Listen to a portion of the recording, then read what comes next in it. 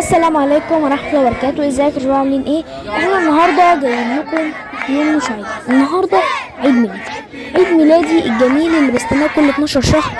عيد ميلادي ده انا عملته في نادي الجونة وسط عيلتي، نادي الجونة. اللي بيميز عيد الميلاد ده ان انا عملته مع اصحابي والكباتن، كابتن عبد الرحمن وكابتن احمد. كابتن احمد اللي بحبه دايما، هو بيدعمني في الملعب.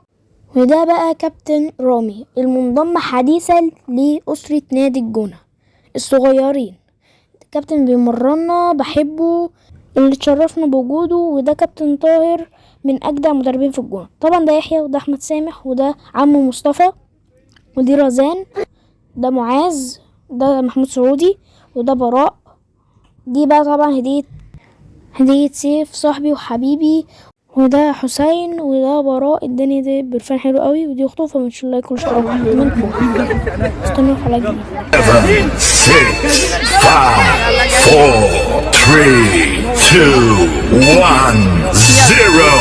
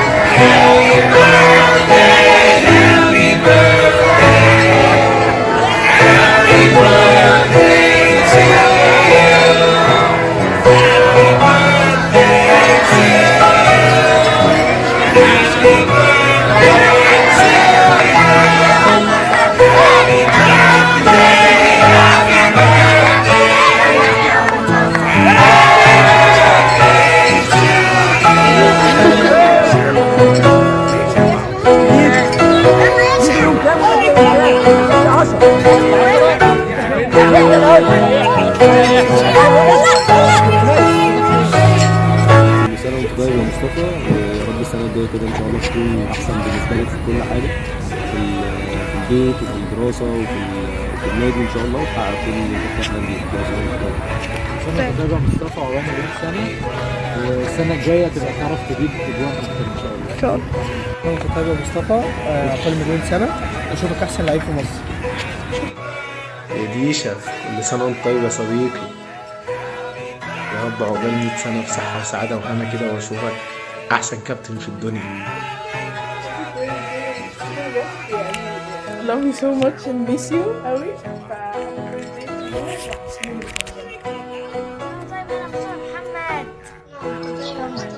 عقبال 100 سنة، يا رب تكون مهاجم منتخب مصر، ويا رب تكون بخير.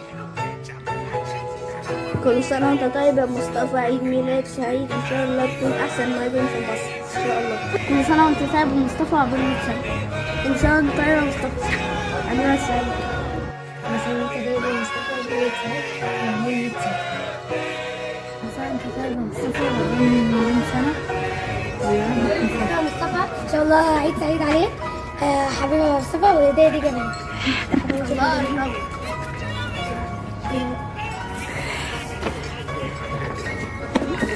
اقسم بالله